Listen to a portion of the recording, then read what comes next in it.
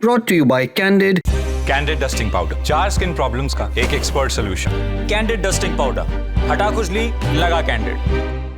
पति पत्नी के बीच अगर ओरल या एनल सेक्स होता है तो उसे धारा 377 के तहत अननेचुरल सेक्सुअल क्राइम नहीं माना जाएगा। ऐसा कहना है मध्य प्रदेश हाई कोर्ट का। कोर्ट ने कहा कि बलात्कार को अपराध बताने वाली धारा 375 का दायरा बढ़ा है।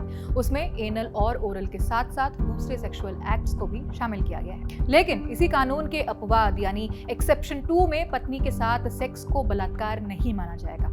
उसे इस कैटेगरी से बाहर रखा गया है। इसीलिए पति और पत्नी के बीच ऐसे संबंधों पर धारा 377 नहीं लगाई जा सकती।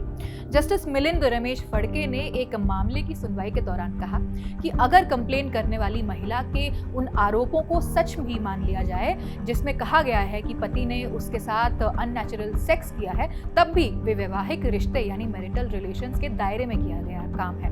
ऐसे में इसे आईपीसी की धारा 377 के तहत अपराध नहीं माना जा सकता। ये मामला मध्य प्रदेश के भिंड जिले में एक मैरिटल डिस्प्यूट से जुड़ा है। एक महिला ने 2023 में अपने पति पर आरोप लगाया दहेज उत्पीड़न, शारीरिक हमला और अननेचुरल सेक्सुअल अब्यूज का।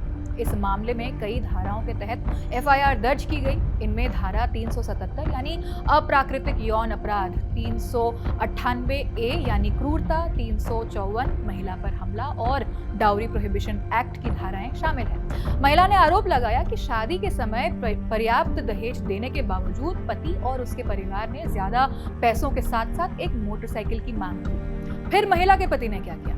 इन दर्ज मामलों के खिलाफ कोर्ट में याचिका दाखिल की और सभी आरोपों को रद्द करने की मांग की। अब इस पर सुनवाई करते हुए मध्य प्रदेश हाई कोर्ट की बेंच ने अननेचुरल सेक्स के आरोप को हटा दिया, लेकिन जो दहेज उत्पीड़न से जुड़े आरोप थे उनमें बदलाव करने से इनकार कर दिया।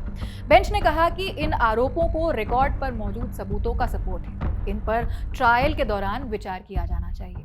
लेकिन अननेचुरल सेक्स के आरोपों पर कोर्ट ने क्या कहा? कोर्ट ने कहा, आईपीसी की धारा 375 के एक्सेप्शन 2 के मुताबिक अगर पति अपनी बालिग पत्नी के साथ शारीरिक संबंध बनाता है तो उसे रेप नहीं माना जा सकता। इसीलिए ऐसे मामलों में शादी के अंदर सहमति यानी कंसेंट का मुद्दा कानूनी तौर पर रेप के केस में मायने नहीं रखता।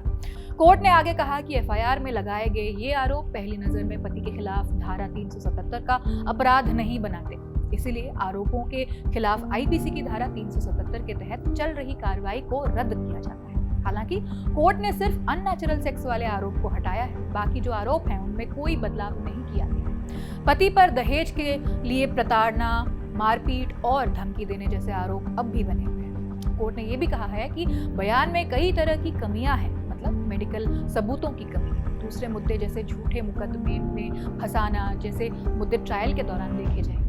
चलते चलते आईपीसी की धारा 375 के बारे में जानते थे। ये रेप जैसे क्राइम से संबंधित है। इसके अपवादों यानी एक्सेप्शन में से एक में है कि शादी के बाद पति और पत्नी के बीच यौन संबंध को रेप नहीं माना गया है। वहीं बात करें आईपीसी की धारा 377 की, तो वो कहती है कि अगर कोई व्यक्ति किसी आदमी, औरत या जानवर के साथ अप्राकृतिक यौन संबंध बनाता है तो उसे अपराध माना जाएगा। इसके लिए उम्र कैद या 10 साल तक की जेल और जुर्माना हो सकता है। इस खबर में आप अपनी राय जरूर दें। कमेंट बॉक्स खुला है। देखते रहिए द ललन टॉक। शुक्रिया।